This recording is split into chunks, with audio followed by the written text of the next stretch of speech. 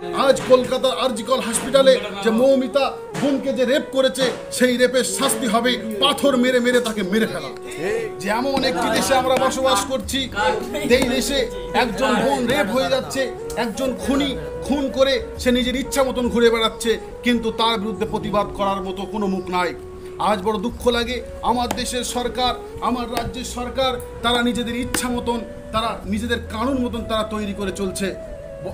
একটি কথা মনে রাখবেন, আজ যদি এই কণ্ঠ উঠতো যে ব্যক্তি এই রেপ করেছে তাকে শুধু ফাঁসি নয়, তাকে রাস্তায় ঝুলিয়ে পাথর মেরে মেরে মেরে ফেলা হবে, এ বিষয়ে আপনারা কি সহমত দিবেন না দিবেন না?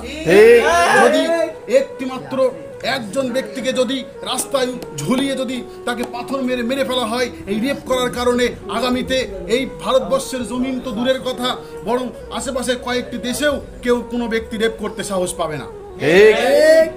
আপনাদের সম্মুখে আমি একটি মাত্র আওয়াজ উঠাতে চাই যে আপনারা কি এটা চান কি চান না যে আমরা নিরাপত্তাভাবে ঘুরে বেড়াই? যদি আমরা নিরাপত্তাভাবে ঘুরে বেড়াতে চাই, আমাদের মেয়েদেরকে, আমাদের বেটিদেরকে, আমাদের বোনদেরকে যদি আমরা সমাজের বুকে একটা উচ্চ শিক্ষায় নিয়ে যেতে চাই, আর যদি আমরা সুস্পষ্টভাবে পরিচালনা করতে থাকি, তাহলে আমাদের সকলকে একমত হওয়া দরকার যে আমরা চাই যে ব্যক্তি রেপ করেছে, আজ কলকাতার আরজিকর হসপিটালে যে মৌমিতা বোনকে যে রেপ করেছে, সেই রেপের শাস্তি হবে পাথর মেরে মেরে তাকে মেরে ফেলা।